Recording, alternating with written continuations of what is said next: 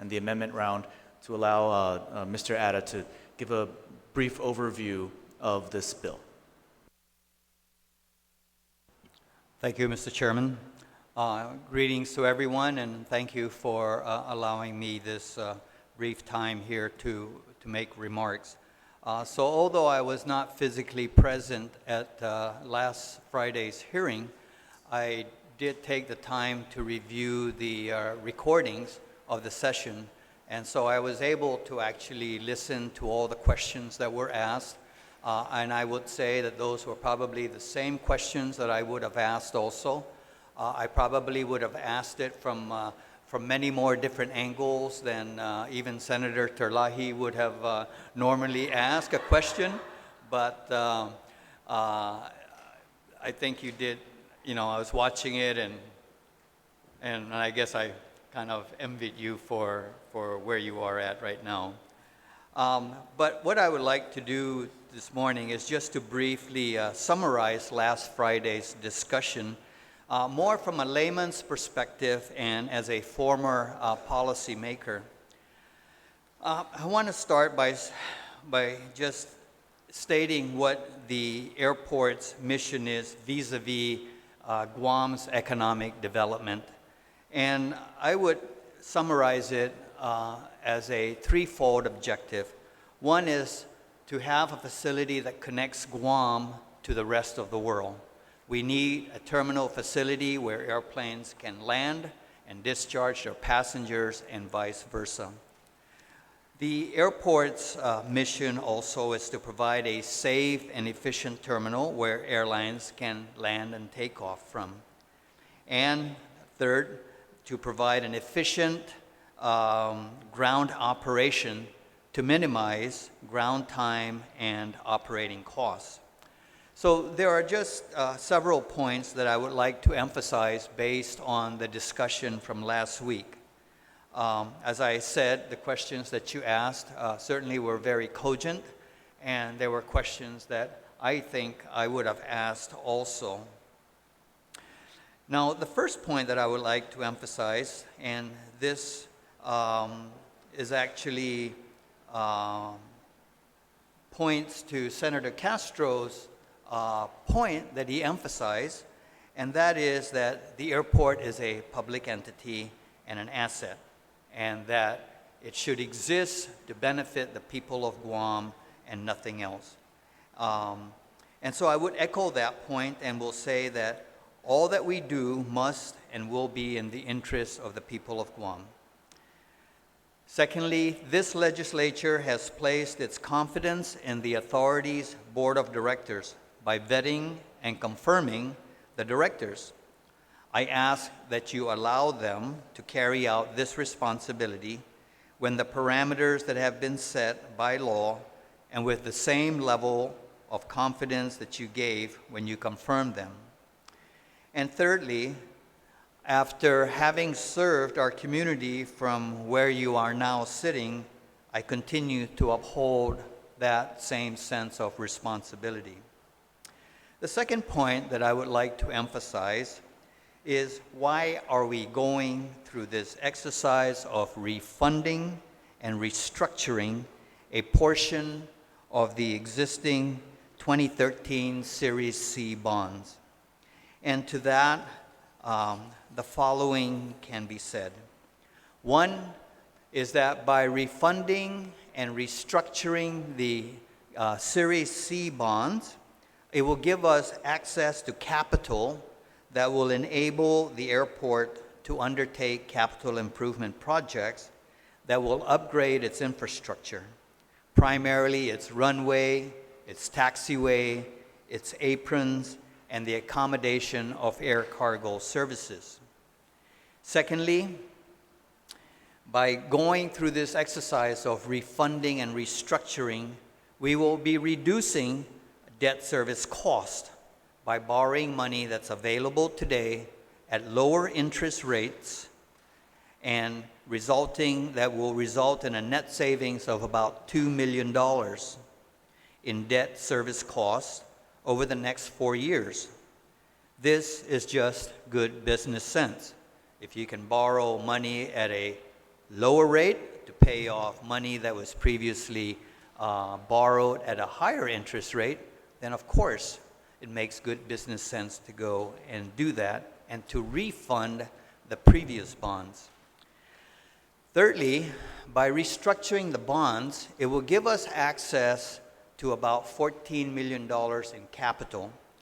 And this will be then capital that we will be able to use as local match when we compete for FAA airport improvement grants. And there's about a $100 million pot that's available out there to compete for. We certainly stand in a better position to successfully compete for these grants if, one, they are shovel ready, and they are shovel ready when we already have designs available for the project. And secondly, we are shovel ready when we have the local match that's available or that's needed to be able to meet the 90-10 split. And so we are positioning ourselves in that regard. And secondly, we have been socializing with FAA about these projects, the things that we want to do, rehabilitating our runways, rehabilitating our taxiway and our apron, and about constructing a cargo apron to accommodate our air cargo traffic. So this won't be the first time that FAA is aware of what our intentions are. We're just taking it to the next step to say, okay, we got our money, we got our design, here's our application, please consider us. And so that's what we are trying to accomplish here with this refunding and refinancing. Now, to the issue of asset liability management, which Senator Nelson had raised. When I heard that question, it was certainly a very good question. We're going to go out and we're going to restructure these bonds. We're going to take 2 years of debt service and we're going to push it out to 2023. And I think that the question, if I understood correctly, Senator, about the question of the asset liability management is simply, are you going to be able to generate the revenues to pay off the liability when it comes due? And to me, that was my understanding of what this question of asset liability management is all about. And to that, I would say that this analysis has been conducted by the airport, by its consultants, and the answer to that question is yes. We will be able to generate the revenues needed to pay for these bonds when it comes due in 2023.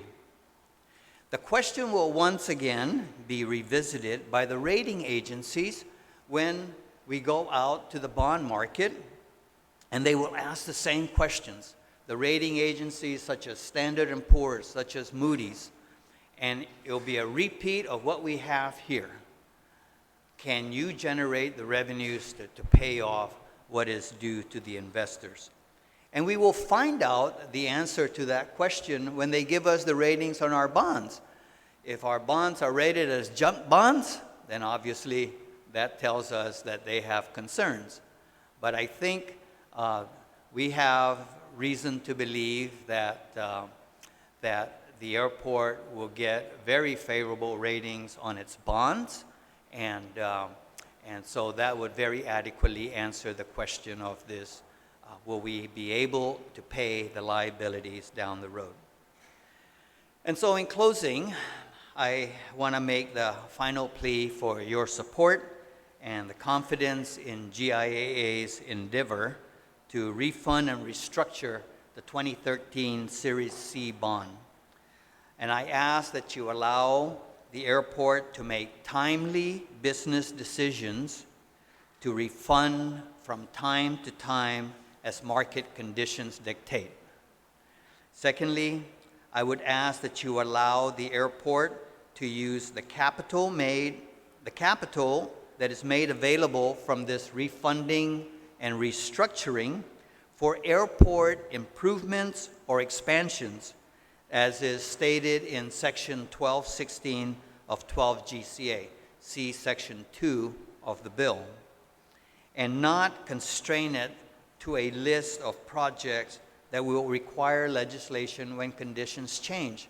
I point to you the example of the Port Authority. So in the 34th legislature, they came in asking for authorization to go float a bond. And they listed down, we're going to do these projects.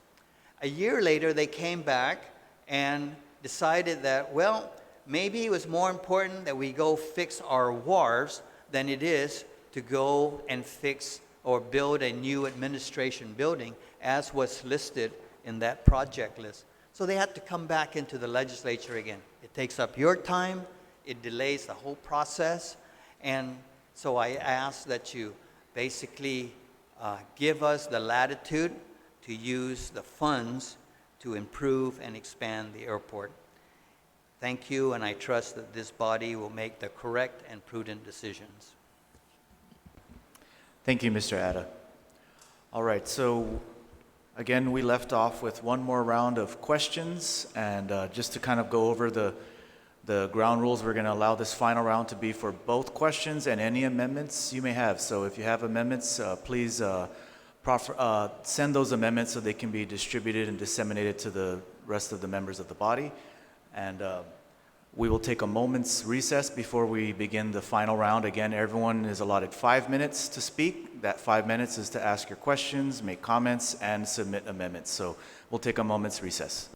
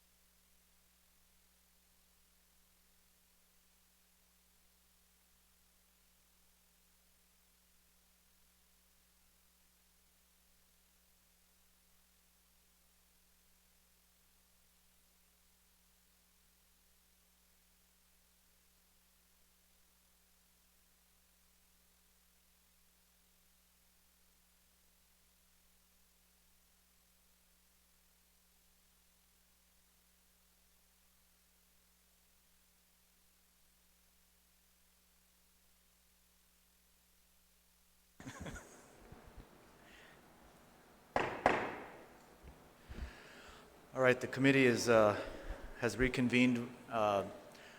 After discussing with my colleagues, what we will do is we will proceed with one more round of questions, 5 minutes each, and then we will dismiss the members of the panel so that we can handle one final round of amendments, 5 minutes each for the amendment. So with that, we will begin with Senator Sabina Perez. You're recognized. Thank you, Mr. Chair, and thank you to all the members that have come here today. So I did also pay attention to the session agenda, even though I was absent, but I do have some existing questions. My concern is the debt burden of our islander, of people of Guam, and right now it's about $14,000 per man, woman, and child, and this does not include the autonomous agencies.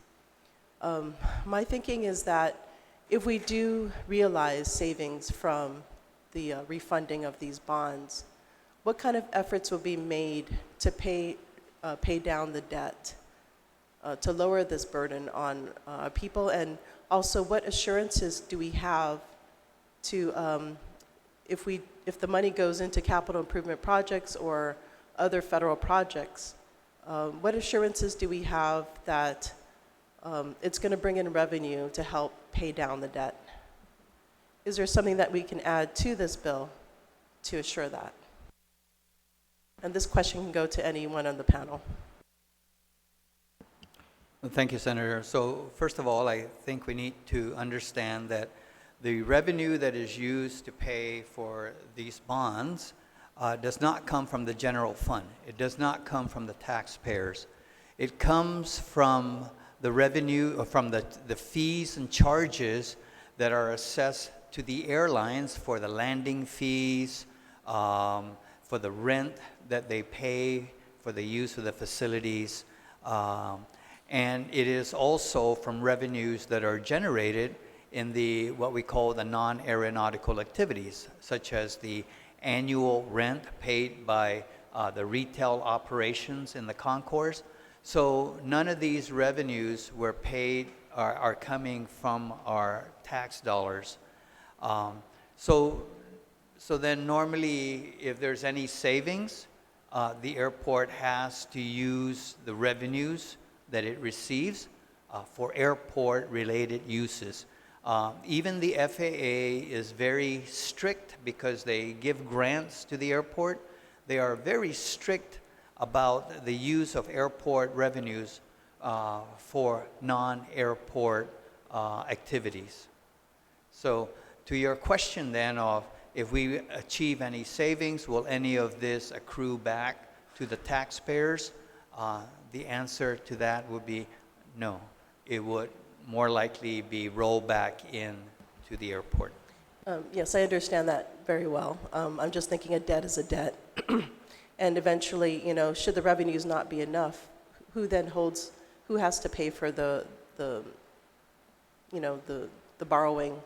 It eventually might have to go, it could eventually might go back to the taxpayers, is that correct?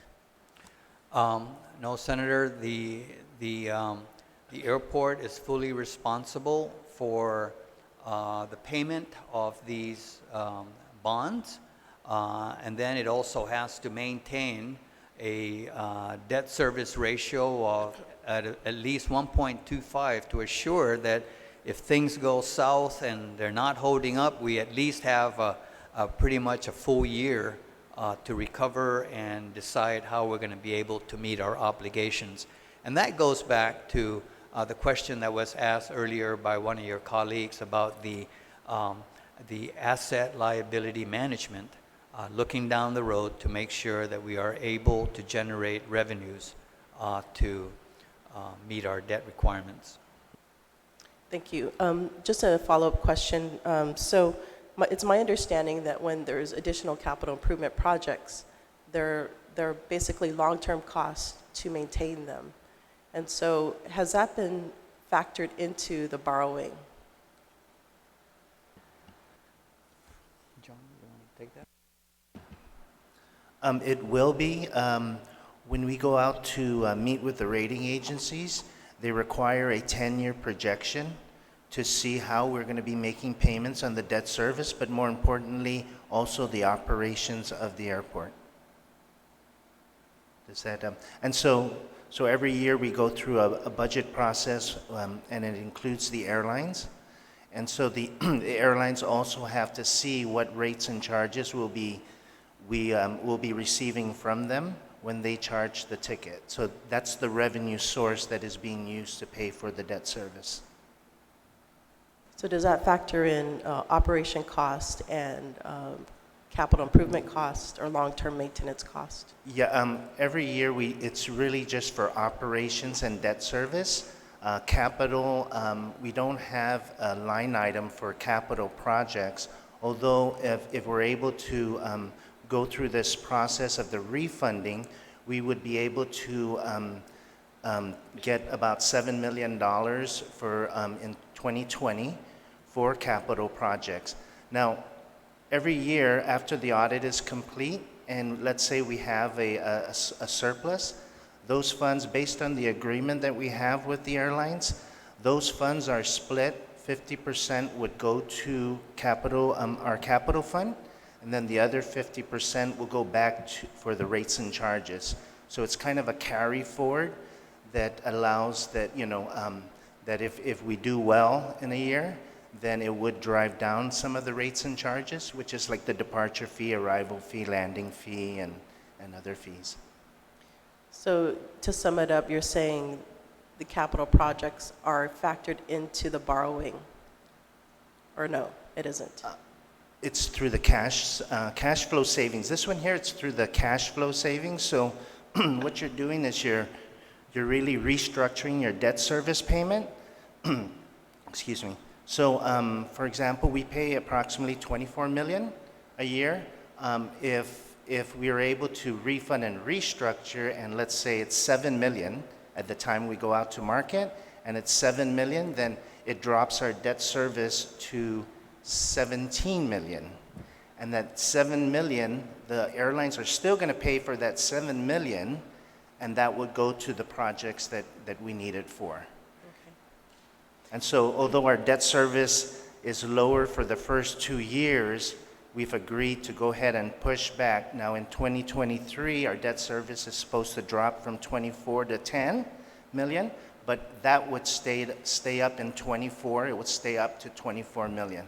Okay, that's great. I'm just thinking, you know, with the additional funding, it's going into new projects. So like, I understand the hydrogen fuel line is one of them.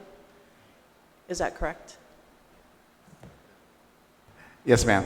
So what I'm asking is, what is the maintenance cost of these new projects and how it would add to paying off the debt? The maintenance cost for any capital project is projected and a part of the annual budget that the airport creates in consultations with the carriers. It's important to note that the most important agreement up there is the airline agreement. They're called signatories. They are actually guaranteeing the financial bottom line of the airport. In exchange for that, they do get preferential rates, as they all do, and they have the ability to consult with the airport on capital improvement projects, as well as our annual O&M budget. Okay. And going back to the question about borrowing and equity, is there anything in the process that can basically answer that, you know, how it would affect equity? So we're not just spending money on projects and there's no return on that investment.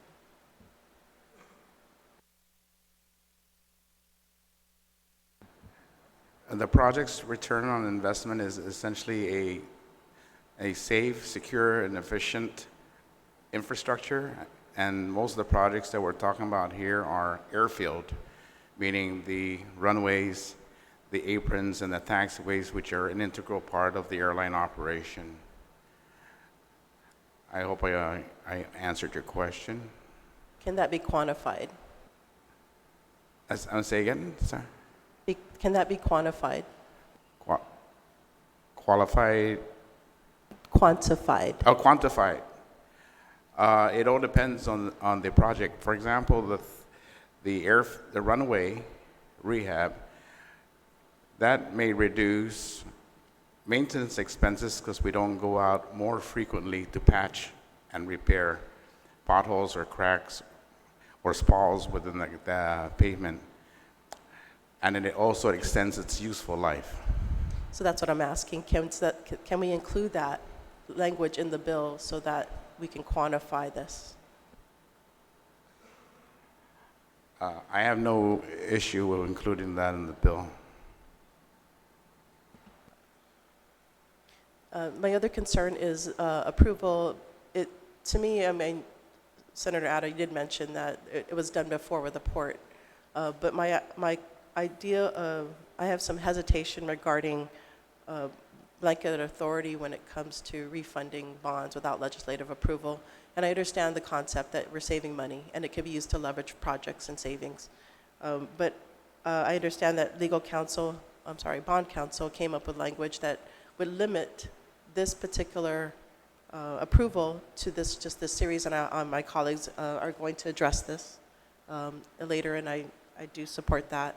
I feel that it's important that we have to be accountable, and considering with the rising debt, I know even though it's a revenue bond, I think we need to be fiscally responsible and transparent. And I feel that putting it in the hands of the legislature is more transparent than putting it in the hands of the board, even though we do approve their nomination. So I look forward to creating more accountability measures in this bill. So that's it for my questioning. Thank you. Thank you, Senator Perez. Senator Shelton? Thank you very much. I'm just wondering if any of what we're discussing here in the bill, this refund, will help to speed up any of the improvement projects that we're currently working on at the airport. We've had several hearings about them earlier this year, and I want to know if any of this money will be applied to any of these current projects. Do you foresee doing that in the near future? So, Senator, to your question, the capital that becomes available from this transaction will basically be for the projects on exterior of the airport, such as the runway rehabilitation, taxiway, the apron, the construction of the cargo apron and whatnot.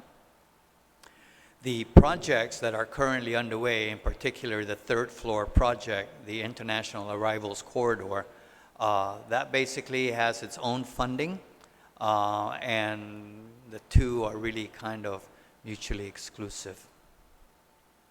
Okay, thank you very much. And earlier it was stated that only a portion of the bond would be refunded, so it's a portion of the Series C series.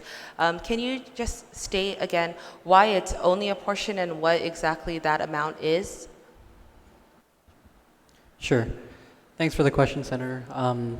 As we had mentioned last week, it was related to a portion of the 2013 C that is callable.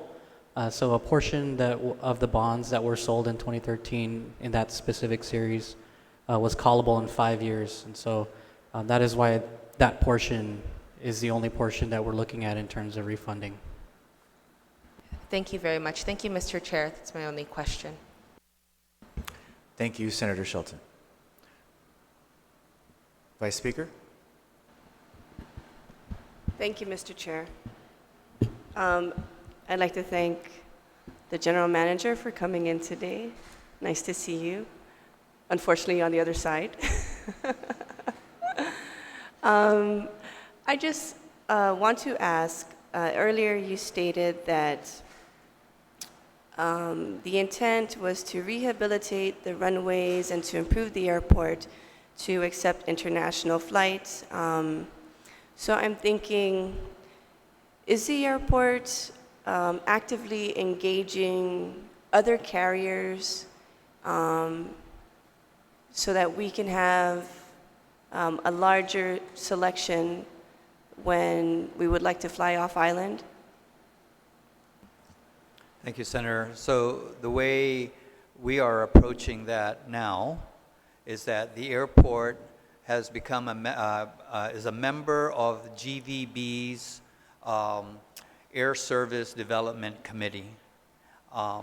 And we are collaborating with them because the airport believes that it is really up to GVB to go to the points of origin and to stimulate the demand for air service.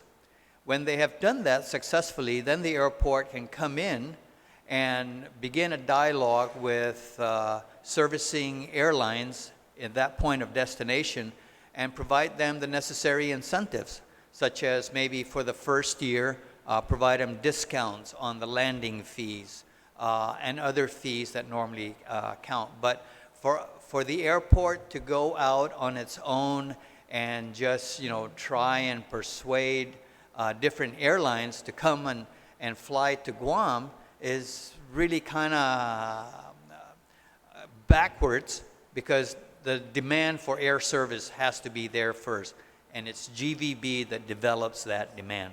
Then we come in and provide the complimentary service. And this is based on the movement to support our tourist economy. And so, is there a possibility that the airport can also expand its services and perhaps as a body start pushing for direct flights out of the mainland United States, perhaps by foregoing Honolulu, Hawaii? So if I want to fly from San Francisco to Guam, usually there's a layover from San Francisco to Hawaii or San Francisco to Japan. So I'm just thinking, because the trend of our tourists' consumption and purchasing power is changing. I'm thinking, are we also preparing the airport to perhaps looking forward to developing more of a international hub and having the airport be a major revenue generator for the island, and not just solely relying on GVB's economy platform, tourist economy platform? Thank you, Senator. I'd like to ask Mr. Santos to comment on that. Thank you, Senator. The airport is actively engaged in seeking airline service to Guam from the U.S. mainland, although we are only limited to going after U.S. carriers because of a cabotage regulation on foreign carriers flying from one U.S. point to another U.S. point, so the restrictions are there. We had hoped that prior to the merger with United, that Continental, when we expanded the runway from 10,000, or extended the runway from 10,000 to 12,000 feet, we would have the infrastructure for that trans-Pacific flight. But with the merger, the priorities for United, the new carrier, has changed. So we are still working with more possibly a regional carrier based out of Hawaii that has that could meet the possible justification and financial feasibility for that flight, because they can go beyond just Guam, which is the business plan that United uses for Guam, is that they continue on to other points and they carry all those passengers from Honolulu to Guam, and then they disperse. Guam does not have the population for a nonstop service, so that particular regime of a hub and spoke, it would be a workable plan for other carriers. So we're active in that, but we do need to rehabilitate runway 6 left. That's the long runway. So once we get that cleared, then we should have no interruption in any service from a trans-Pacific carrier using that runway. Right, and from my understanding from the talks last week, that this is one of the runways that you're looking to rehabilitate with this refund. That's correct.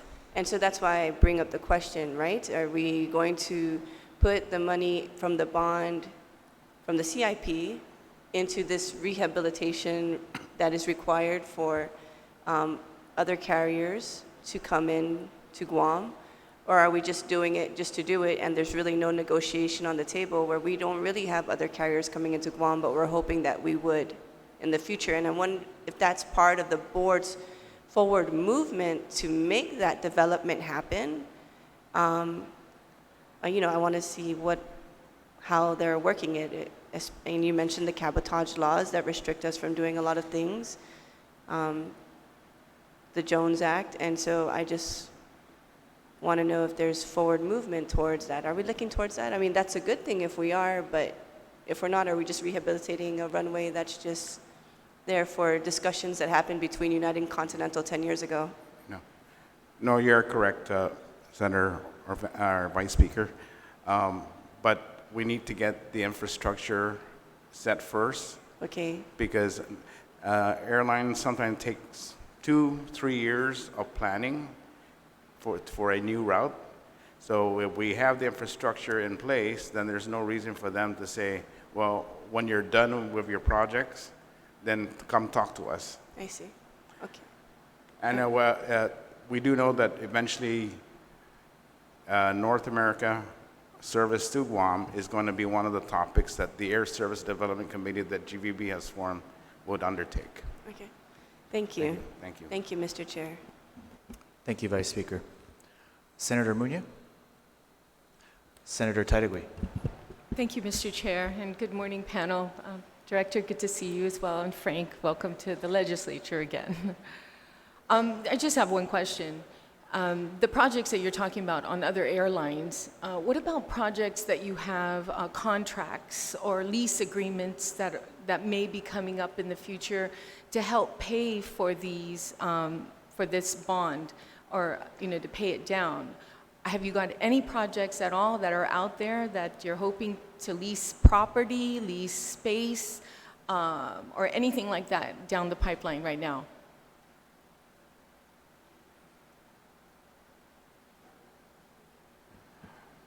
One of the initiatives that we are working on is on the ground transportation side of the house, the commercial. As you know, one of our earlier projects that's been deferred is the parking structure. So rather than the airport pay for a parking structure, we're looking at a public-private partnership initiative to get that started, and the payment to that party would be through the concession revenues from either car rentals, taxis, and the bus transportation services for the tour groups. And all that would flow into that PPP and get those other infrastructure funded without additional debt from the airport side. Frank, is there anything else? Like, I know the airport owns quite a bit of property, as well. And do you have any upcoming individuals looking to lease or create business within the airport? Right now, there are some interest for hangar facilities. And as you may know, we are engaged with Virgin Orbit on a spaceport. At the for the initial period, they don't need new facilities, but eventually, if their commercial business here is successful, they would go and invest in hangars and other warehousing facilities. So, Frank, would you say that sometimes when you're enticing investment into the airport, that probably one of the drawbacks is that the short amount of time you can lease the property out? Is that an issue? Do you have a bill on that? Actually, there is a bill actually to extend from 5 years back up to 10, but I know that is also an issue with the airport. We're talking about how are we going to pay down this bond? How are we going to pay down what we've already accumulated right now? And that is through investment. The airport needs to make money in order to pay these bills off. And if your only project right now is a public partnership with the parking lot, that's not showing real initiative to create revenue for the airport to help pay down these bonds. So I think that probably one of the loopholes, could be that the amount of time that you're offering these investors to for a longer period of time on lease agreements, though, and hopefully we'll look into that, right, Mr. Director? But anyways, I appreciate you being here today and sharing all your insight, but it is about being able to pay down this bond and whatever savings that we can do it from there, but it's also about generating revenue for the airport to do so. Thank you, Mr. Chair. Thank you, Senator Titagui. Senator Torres?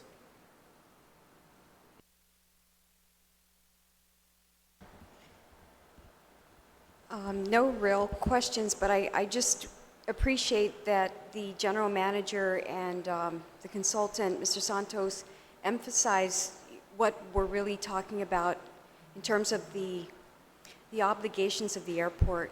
And one of the things that many of us can't appreciate is that in order for the airport to function and to have the license to operate from the federal, the FAA, that it has to be absolutely self-sustaining. It has to be not only up to standards, but it has to be able to maintain itself and meet all its obligations, including any bond indentures. So I think that what I'm cognizant about in looking at all the concerns that the body might have in terms of making sure that the legislature is aware and well aware of what's being done and the decisions that are being made, is that there has to be, as the general manager mentioned, there has to be a lot of latitude afforded to the board and to the management of the airport to understand what the priorities are and what sound decisions that they need to make in order to ensure that the facility is operating up to the standards of the FAA, Federal Administrative, for some reason I'm just watching that one, but the FAA standards have to absolutely be up there and that all obligations are met. Because one of the things that we also understand too is that the stakeholders have a great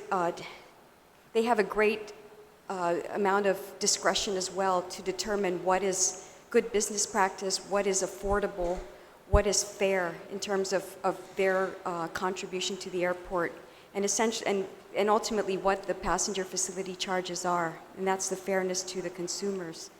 But I just want to comment on that, because I think that in looking at the checks and balances, I think that in some regard, just by the nature of the airport and the way that it's mandated to operate and be self-sufficient, or it doesn't have license to open, that is a great responsibility on the board and the management. And I would like to give them as much due and discretion as possible, because that's a very fine line that you're dealing with.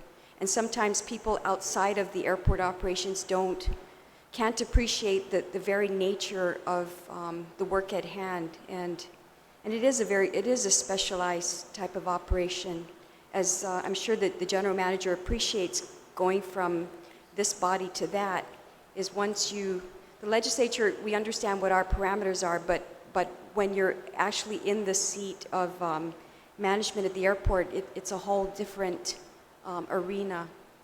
And to that, I just want to lend my support to the bill, and I understand that in the refund section of it, because the bond indenture is already in place, this is just those good business practices of fine-tuning it where you can save money, fine-tuning it in that way at the times that are afforded.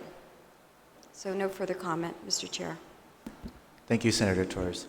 Senator Lee? Buenas, Mr. Chair, and thank you, gentlemen, very much for joining us again. Senator Ada, welcome back. I do have an amendment that I've worked on with the Vice Speaker and with Senator Paris, and we have language from Bond Council that I'll be moving forward in another. But in terms of the members of the panel, just want to thank them for being here this morning and for answering all of our questions. I think they've done a good job of helping us to better understand the issue at hand. So thank you very much, Mr. Chair. No questions, but I'll be moving this amendment in the next round. Okay. Thank you, Senator Lee. Senator San Augustine? Thank you. Senator Talahi? Thank you, Mr. Chair. Thank you again to the panel for their presentations and answering all of our questions. I just have a couple more. I just wanted to follow up with one of the questions of my colleagues regarding the $7 million in savings that we're hoping to achieve comes with a cost of about $814,000, almost $1 million. And then I was rereading this letter from Gita, and it says that it's only a savings for 2020 and 2021, thus your $14 million total. But why does that end? Why it doesn't not continue longer? I guess I'm just curious how that is set up, the savings. Yeah, so the bill authorizes a couple of scenarios, but the scenario in terms of restructuring the next fiscal year and the 2020 and fiscal year 2021 debt service. So the bill authorizes a refunding, so there's absolutely no new money. Debt service should either remain stable or be lower. So just to reiterate that there's no new money, so therefore debt service shouldn't be increased. But to your point about the next 2 fiscal years and why it only ends those 2 fiscal years, the airport had approached Gita, and in looking at the potential to leverage their current revenues that they don't have because it's stuck in debt service, what they wanted to do was open up and reduce that debt service so that they could match grants. And so what this restructuring would allow for would be for the next 2 fiscal years to be able to lower the debt service by about $7 million per year, so they can leverage those FAA grants and procure for other capital improvement projects, and then extend the payments for a year and a half or 2 years, 2024 and 2025. That doesn't extend the maturity date, that just extends the amount of debt service for these specific bonds for those 2 years. So we're basically lowering debt service for the 2 fiscal years so that they can leverage those amounts for FAA grants for their projects, and then extending the debt service out a couple of years after that. So does by extending the debt service, then is it a wash, or is it an overall savings of 14 million? Yeah, so what this does is it still requires that the 2% net present value savings is achieved, so it does allow for that throughout the remainder of the bonds that are refunded. So I guess why are we not calculating more than 14 million if it's going to be extended throughout? Well, based on our bond underwriters' analysis, they mentioned that that's the most that could be at the time they did that analysis, because market conditions, it's an estimate. But what they had mentioned is that's how much they could lower debt service by for those 2 fiscal years. But only in 2 fiscal years, and then when you extend it out, you're saying it's going to be either at the same rate that it is now or lower, and I guess it's that or lower, if we are able to get lower. Yeah, so if you do extend it out, and if you want to get 7 million next year, 720, 721, what happens is then your savings decreases below 2%. And so we would not be able to do it. All right. Okay, thank you. The other thing I wanted to ask is, I wanted to thank Gita for the citation passing out the copies of the original borrowing that we are refunding or restructuring by this bill. Thank you for that. This bill, the law that was passed in the 32nd Guam Legislature in 2013, it lists out the projects that were intended to be used in that borrowing. One of them was the parking, as Mr. Santos indicated. And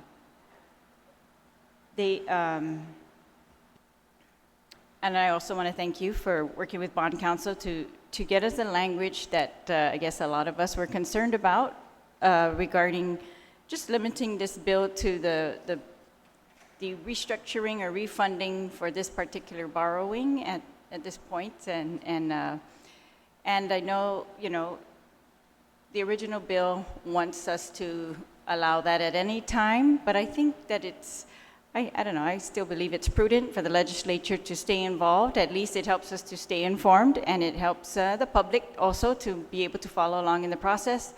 And of course, we're talking about huge amounts of debt, and there are some costs, and so I still think it's good to have that type of checks and balances in the process. I wanted to ask, okay, so if, I know that Senator Addy, you had talked about the restriction by FAA on airport-related use of the bond proceeds. And so we're not touching those uses of the bond proceeds by this bill. We're only touching savings, right? I mean, we're not even actually dictating what they will use the savings on. They've explained to us what they intend to use the savings on. But I know that it's been an issue, for many years, the restrictions that on non-airport activity or use of airport revenue for non-airport activity. And I just wanted to, so we're promising still to pay with existing revenues on the refunded or restructured bond. And I guess I just wanted to get assurance that we are promising existing revenues and we are not anticipating an increase or the need for an increase in revenues. Yeah. So there's no change. The reason why is because we're doing a refunding or like a refinancing. So we're taking the new issuance, the new bonds with the lower interest rate, and we're paying the same amount of bonds that have the higher interest rates. So the savings is that 2% or more, right, depending on when we go out to market. I just wanted to make sure that we're not in any way binding the people of Guam to increased fees for any of these projects, such as the parking lot, for example. I already brought this up with the airport several times when they come down here for public hearings that, we all know that that land came from the government of Guam, the people of Guam originally, and yet, the parking is really one of the biggest complaints that we get sometimes, that they have to pay. So I'm hoping that these improvements paid by revenue and paid by bond proceeds don't result in them paying even more. I'm just going to put that on the record one more time. I know that the board, that's up to them, that's the board decision, but I'm hoping that that's how you're going to end up with structuring either private-public partnership or whatever, but as long as, we take care of the people of Guam, that we don't put this extra burden on them while we are going out for all this, expansion. There's a project here listed, Route 10A Landscape Component. And I had brought up last week about the customs area, right? So it's another, I guess just an issue that I'm hoping I'm going to try to pass a floor amendment, we'll see. But I know that the airport has always said it's either the airport, the bonds, or the FAA that says that we can't give customs rent-free facilities up there at the airport. But I'm hoping in your savings that you're going to be able to find a way to do that. I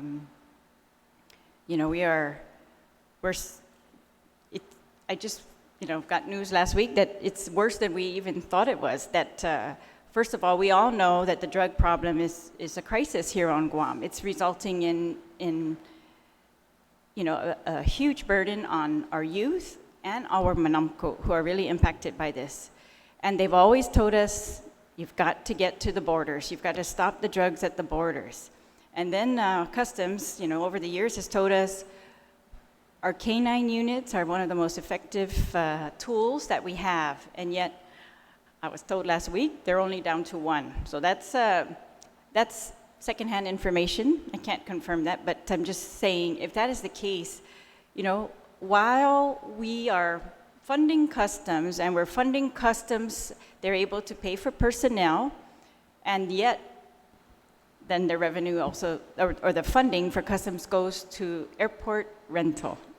And I guess when we're having a crisis with drugs and we're having a crisis with invasive species, I'm still perplexed as to why that, the customs, which is a protection for all of us, and I can't imagine the airport operating without it unless you want customs to stand outside your airport and inspect everybody coming out or coming onto the streets of Guam. I mean, that's really a convenience for all the passengers and to make us attractive, that we're going to do that, in a nice facility indoors with air con, as opposed to, customs supposed to have access everywhere, I expect, right? And we don't want them to make it inconvenient. We don't want that, and we still don't want to continue this crisis. So I'm just going to ask again that,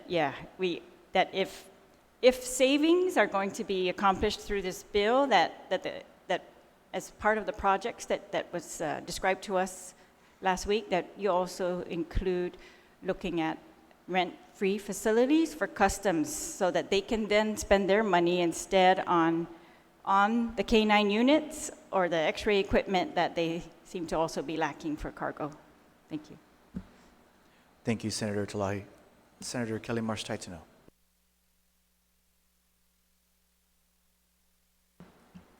Hafaday.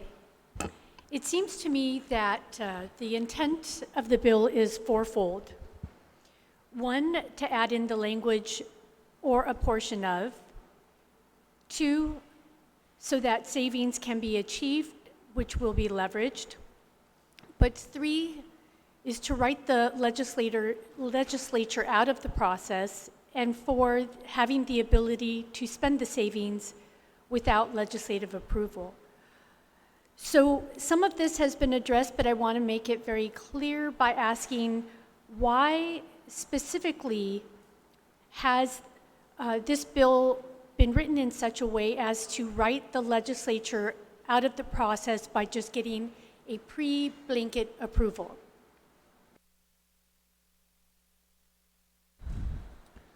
Okay, Senator, I'll try and answer your question. So I think the first thing is that I believe with the bill, it's asking the legislature, at least for this case, to approve it, approve the refunding of any existing bonds. The bill doesn't ask for any new money. It just simply asks for the approval moving forward within the parameters of a 2% net present value, which is something that I guess the legislature has approved in the past for simply refunding bonds to be within that 2% threshold.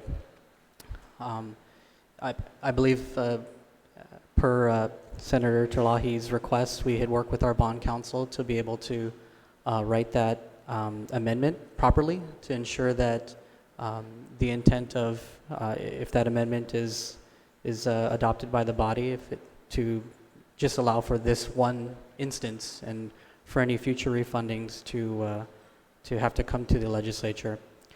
So this type of language isn't new. This is authorized for the Guam Waterworks Authority.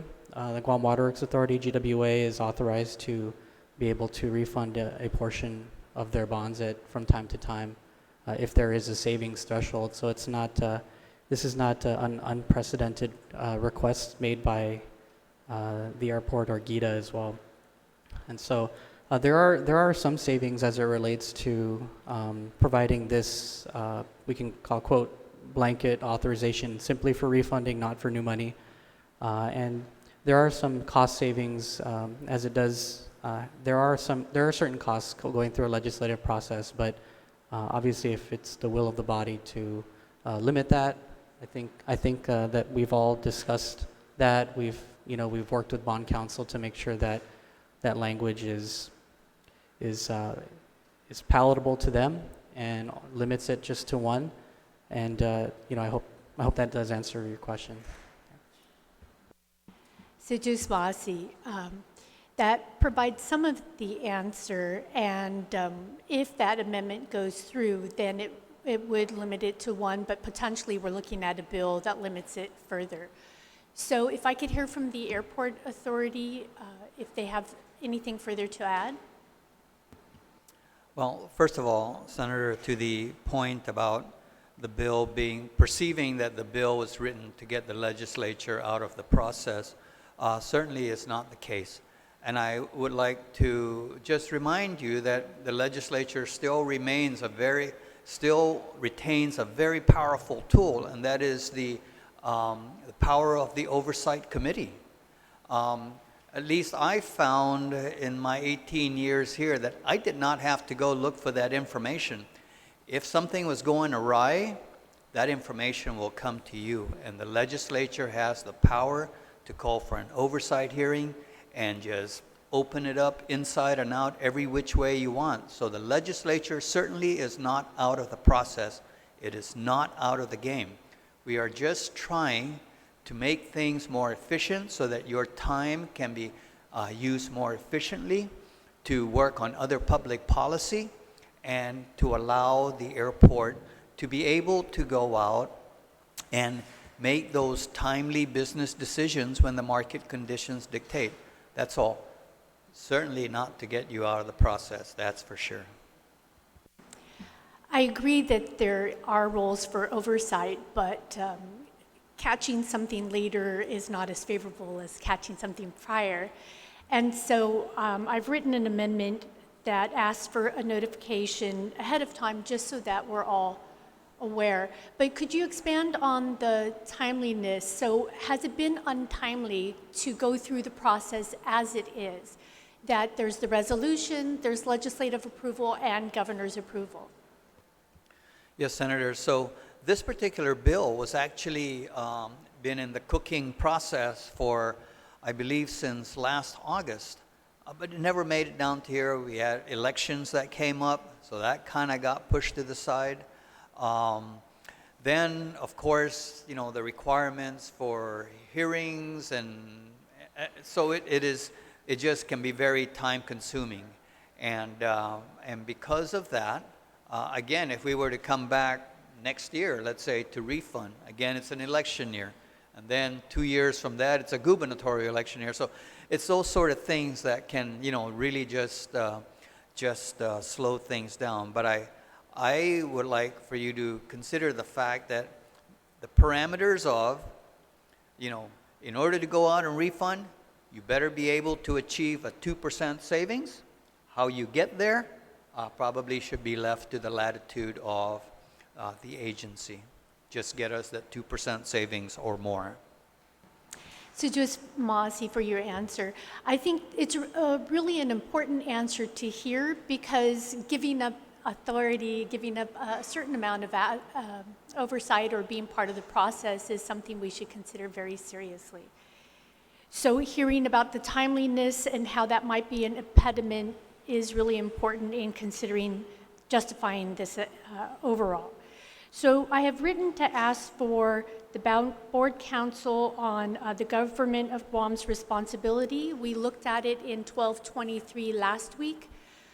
It speaks to rehabilitation loans. Are there any rehabilitation loans that the government of Guam would be responsible for? Are there any at the airport now?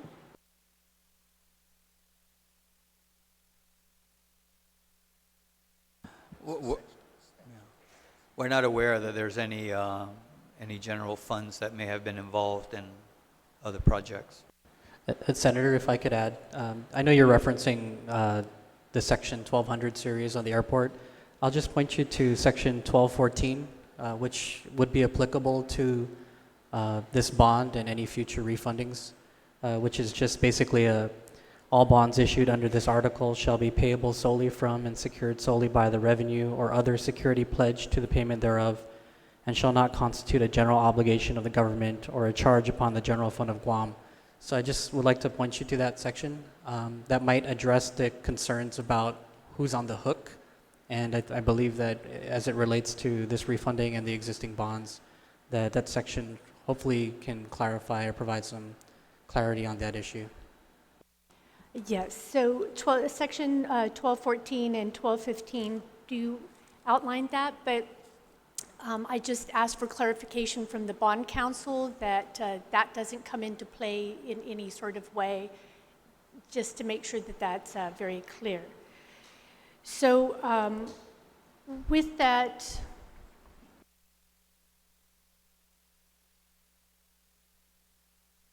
I think you had also answered one of my other questions, and that was what other autonomous agencies on Guam have that authority. And I think that's important also to highlight.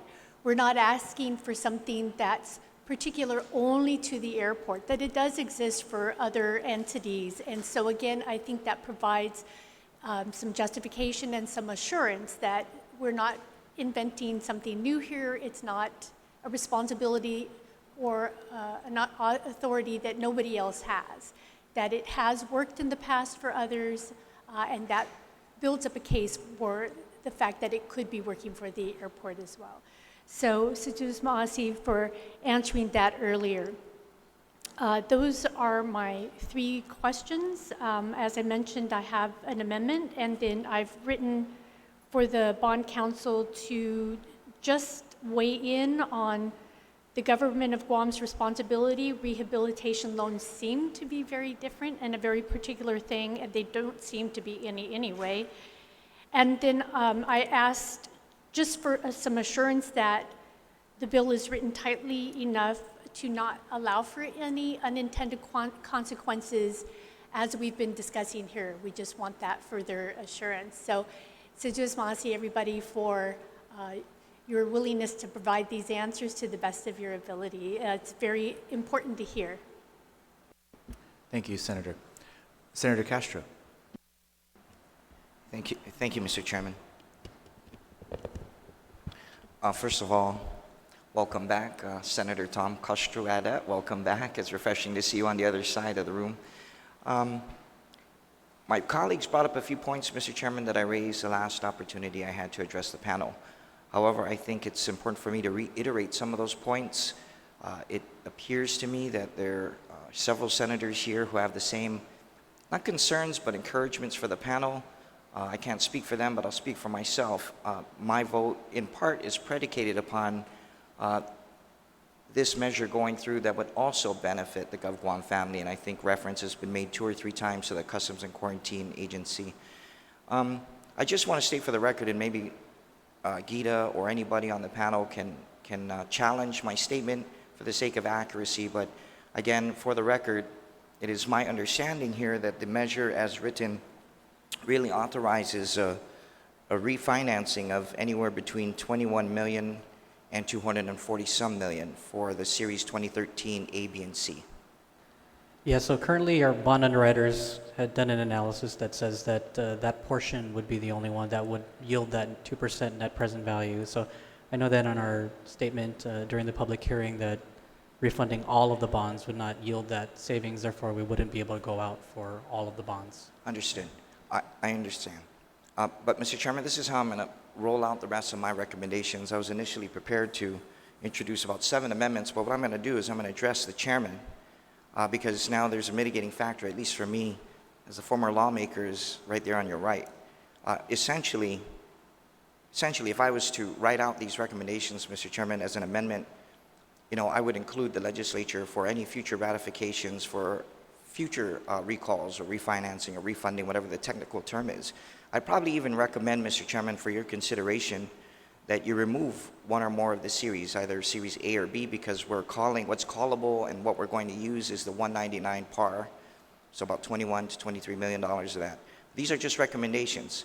And in the absence of those amendments, Mr. Chair, essentially in my very simple words and understanding, it's basically a blank check in full faith and credit to the governance structure of the airport to carry out an unspecified list of CIPs and or list certain grants. Now, with all due respect, I'm not implying anything by that. As a matter of fact, I'm giving you my confidence, Senator Ada, in that if that's a stated intent more than once, then I'm going to turn to my chairman here, my colleagues, to revisit that periodically so that we're checking off that list as you pursue the $100 million worth of grants. And I have some follow-up questions to that. Also, I just want to the credit of the airport's leadership team, let you know that Jean Ariola took a moment of her time and was giving me counsel about why it may not be in our best interest to delineate the CIPs that Mr. Topaz had spoke about the last time I asked about those 7 or 8 initiatives that he gave the runway rehab, apron rehab, air cargo apron, et cetera, et cetera. And as a matter of fact, I did my own background check. It's listed on your website as part of your capital projects. And so I'll go ahead and forego that amendment, but I am providing that information again to you, Mr. Chairman, in the event you choose to make the amendment. I heard something curious from the previous speaker, and that was a very, very interesting line of questioning that begged the question now for me. So in reality, you're deferring payment by refunding a particular part of the Series C. The 2% saving is on the par value, right? It's on the value of the amount financed. But you're freeing up the cash flow, not necessarily because of debt service obligation, but I thought I heard it's because we're pushing the repayment for 2021 to the back end, not affecting the maturity date. So essentially, Mr. Rios, if I can understand this correctly, is this one of those you can buy a car today but not pay for 2 years, and then we'll fix it at the back end at the end of the 4-year maturity for the car loan? Is that kind of the refinancing structure I'm hearing? No, there's two parts to this. There's the refunding, which is the 2% that were on the bond, and then there's the restructuring. Now, when you're doing a refunding, you're also doing a restructuring because the savings reduces your debt service. But what we're doing now is we're going to capitalize, or we have that ability to change the debt service from the next 2 years and push it back to the latter 2 years, or 24, 25. And so that's how we're getting cash flow savings. It's not, savings like new money. It's cash flow savings. I got you. Okay, sorry about that. I think you helped affirm my simple understanding of the push the flow to the back end. So we'll take the car today on the full faith and credit of the governance structure. I think that's kind of the contention here. I do have some poignant questions for the panel. This is based purely on my ignorance. Underwriters for the bond, which group would that be? Would it be Citigroup, Global again? Yeah, currently we have Barclays as the underwriter for this issuance, which was procured during the prior issuance of the bond. So we continue those contracts from the prior issuance. And how is a bond underwriter selected? They're selected through an RFP process through the Government Procurement Act. For these bonds, who's the trustee? I believe currently the trustee is the Bank of Guam. Is there a co-trustee?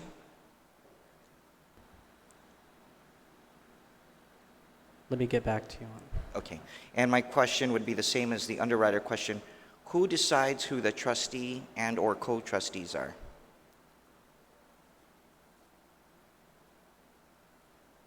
You can get back to me on that, Ricky. Let me move on to my next couple questions in the interest of time, Mr. Chairman. Thank you again for the opportunity. I was reading somewhere in a prior piece that we already refunded portions of Series B in 2016, at which the time was par outstanding at $33.675 million. Does anybody recall what portion of that Series B we refunded? Or because in it, you would be listing, I would assume, the balance of the part that wasn't recalled in 16, because it's only been 2 or 3 years, right?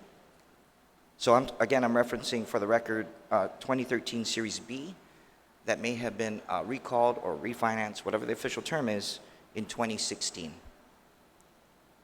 And then again, in the interest of time, you can come back to that. Hopefully somebody's taking notes. So that would be 3 off my checklist here. One more question perhaps for the technical staff. You see, I just had the short opportunity in my stint at the Department of Education and working for the prior administration to understand a little bit about grantsmanship, just a little. So we have formulaic grants, we have competitive grants. These grants that have been alluded to, and I'm banking on the airport under the leadership, these grants that we're referring to, this $100 million potential award, I'm sure it's not one award, are these annual recurring grants, or are these competitive grants that seasonally come out? Thank you, Senator. These are Federal Aviation Administration grants. The first grant is what we call annual entitlements. It's all based on your activity. So That can be used for any project, including the terminal building. The other grants are what we call discretionary. Those you compete for, and those are not, you could, if you don't have any projects and you don't have any projects that are justified, you could get 0 discretionary grants. But we still are entitled to our activity grant, which is about $4.5 million a year. Okay, thank you. And so that would lead me to my follow-up question. How have we been pursuing these grants in the past when they've become available? Did we also go and recall certain outstanding bonds, or was cash flow better? Was the state of the economy better? So again, let's go back to, just pick one of those examples. I'm sorry, Mr. Chairman, I'm going to wrap this up. I probably got one more question. So if, in the interest of time, if you can give me an example of one grant that we're chasing with these savings as we restructure, refi, is that an example of a prior awarded grant, and how did we manage to get that in the past? Well, I'll give you 2 examples. The first one under this particular initiative for the refunding, the cargo apron grant, that we've been pursuing that for years. So under USDOT, under President Trump's infrastructure program, they call it a supplemental appropriation. It's $1 billion made available to all U.S. airports. Our cargo apron project, we submitted that project as our candidate. So that's one of the projects that's part of this sponsor share to be funded under the debt service savings or cash flow savings. Thank you. Mr. Chairman, I'll wrap up with this. To the point of the previous speaker, I also affirm her stated intent that if we were to move forward, that we would certainly hope that the airport not increase fees or increase any financial burdens upon the local population. But to my prior point last week, that we also look to benefit the Guam family. It was referenced that Customs and Quarantine will be revisited. I know in 2012, and I could be wrong, they were paying about $2.8 million in office rental space. 2014 about 1.9, 2019 about 600,000. I certainly hope that that can go down even further, so that not only will they be able to promote officers and hire recruits, Mr. Chair, but that we look at the maritime patrol and canine operations. Thank you, Mr. Chairman. Thank you, Senator. Welcome back, and thank you to the panel. Thank you, Senator Castro. I believe Mr. Hernandez has the answer to those 3 questions you proffered earlier. Go ahead, Mr. Hernandez. Yeah, so our co-trustee for this offering is U.S. National Bank. You had referred to a 2016 refunding, but the refunding occurred in 2013 as per Public Law 3268. And as it relates to the bond underwriters, we procure that every 3 to 5 years.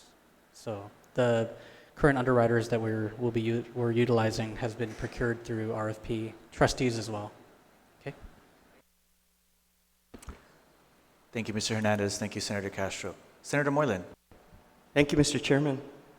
Mr. Santos, you mentioned something that ringed in my ear, and I'd like to hear it. You talked about public-private partnership for the parking area, right? And I hope that works out.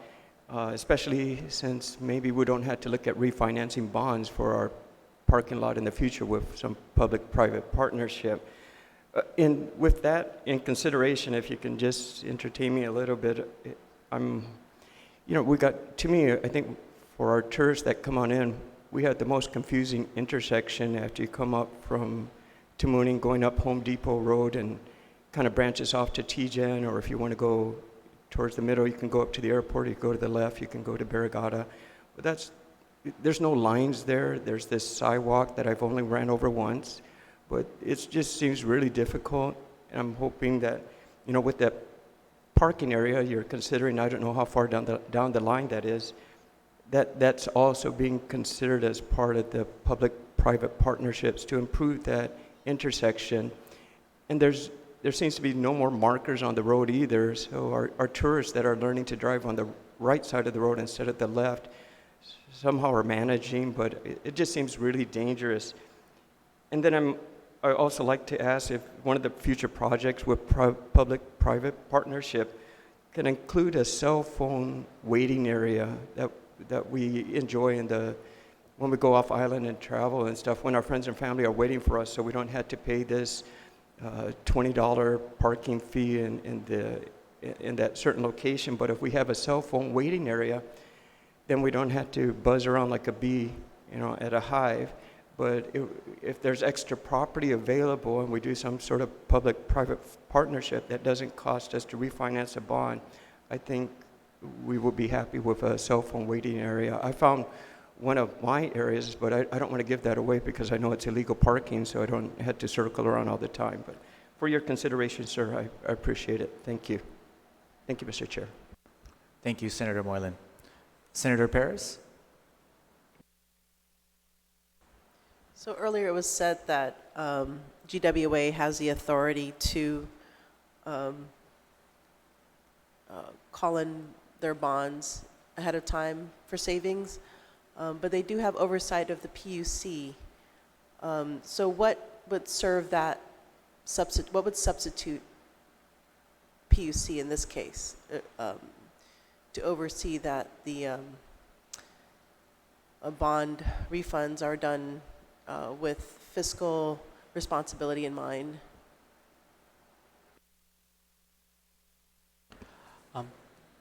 With any refunding, there still has to be the GITA board approval. With this specific one, the airport would have to approve it as well. And I would assume they're carriers if there's any change to the fees. Can your projects of refunding be done without this bill? Can you still go ahead and take part in the savings of refunding without removing legislative approval? Well, currently, we can refund all our outstanding bonds, but it wouldn't make sense because we wouldn't have the 2% savings. So we can basically put back legislative approval with the 2% savings. That would not affect the ability of the airport authority. Right. But it would cost us money if we were to refund all of the bonds, so it wouldn't make sense to go out and refund everything because a lot of those bonds are non-callable. Okay, but I understand that point. But I'm just saying that if we add legislative approval back into the bill, that would not detract from your ability to achieve refunding with a 2% savings. Senator, I think what we're doing right now is the legislative approval for this specific one. I believe if there's an amendment made to require legislative approval for future ones, as I understand, there will be, that would be required then. But I think at this point, if the question is to add legislative approval even after this specific action is taken, before we can sell a bond, like inserting it after this approval, then that would obviously negatively affect the timeline in which we could achieve those savings for this specific refunding issue. So currently there hasn't been an amendment made regarding that, so that's why I'm asking these questions. And if we do have that amendment and it's approved, then yes, I can understand it. We're limiting it to one specific refund or refund portion. But as of now, there hasn't been an amendment, so that's why I'm asking this question. So when you're saying that it costs money, you're talking about, what are you talking about?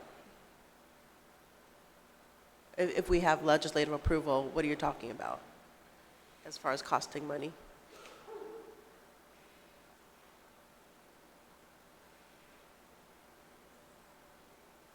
Could you clarify that question? Who are you referring to? Who mentioned sorry, costing so Mr. Hernandez was saying earlier that it would cost money to have legislative approval. Is that correct? Yeah, so for future legislative approval, so I just mentioned that because going through the process, if the airport wanted to go and GITA wanted to go through the process again, just the process alone, working with bond counsel to draft a bill, working with our underwriters to assist in this process, that does cost some money, but that's just a consideration. It's not necessarily something that we are unwilling to do. And so that's what I meant earlier when I had mentioned that there is a cost to go through that process, but I hope that clarifies your question. Yes. So, but going back to my question, so now that we've actually involved the bond council to develop some of the language, and as far as even amendments, adding a legislative approval back into the bill, would that cost extra money? Or can we still achieve the savings from this? Senator, I think the issue about having to come back every time we're going to refund is really more so a question of timeliness. We've seen, at least with Bill 140, that to get to the point where we are today has really taken many months because the process got overwhelmed by events that we had no control of. So when it was initially being discussed back in August, it got pushed to the side because it was election time.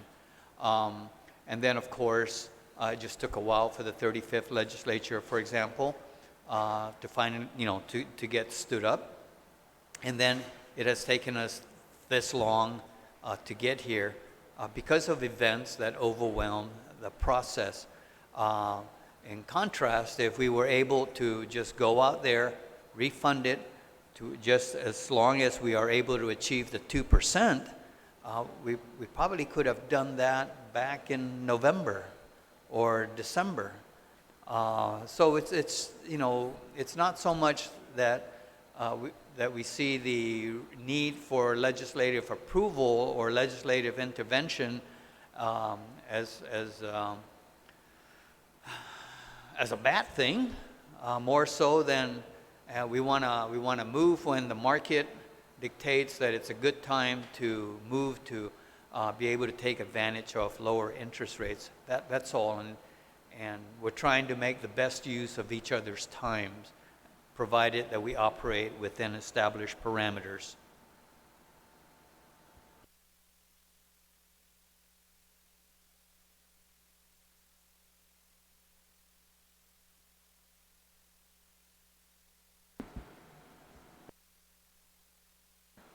But we could still achieve the savings with legislative approval.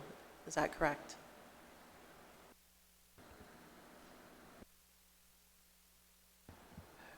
I'm sorry, did you say we can still achieve the savings with legislative approval? Yes. Sure. In fact, if that language is left in, then that certainly doesn't put an end to everything. What it means is then it's going to be incumbent on us to somehow be able to foresee further down the road as to when we think market conditions would dictate that we should be ready to go to market to refund bonds. And it's just going to take more prior planning, and there's nothing wrong with that. We're just asking to be able to operate more efficiently with greater latitude. That's all we're asking. Nothing wrong with the legislative intervention. Trust me, I know. I've been there.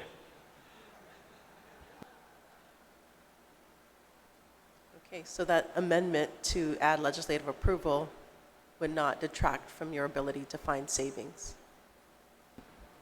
No, it just means that every time we're going to refund, we have to come back, go through the whole process again.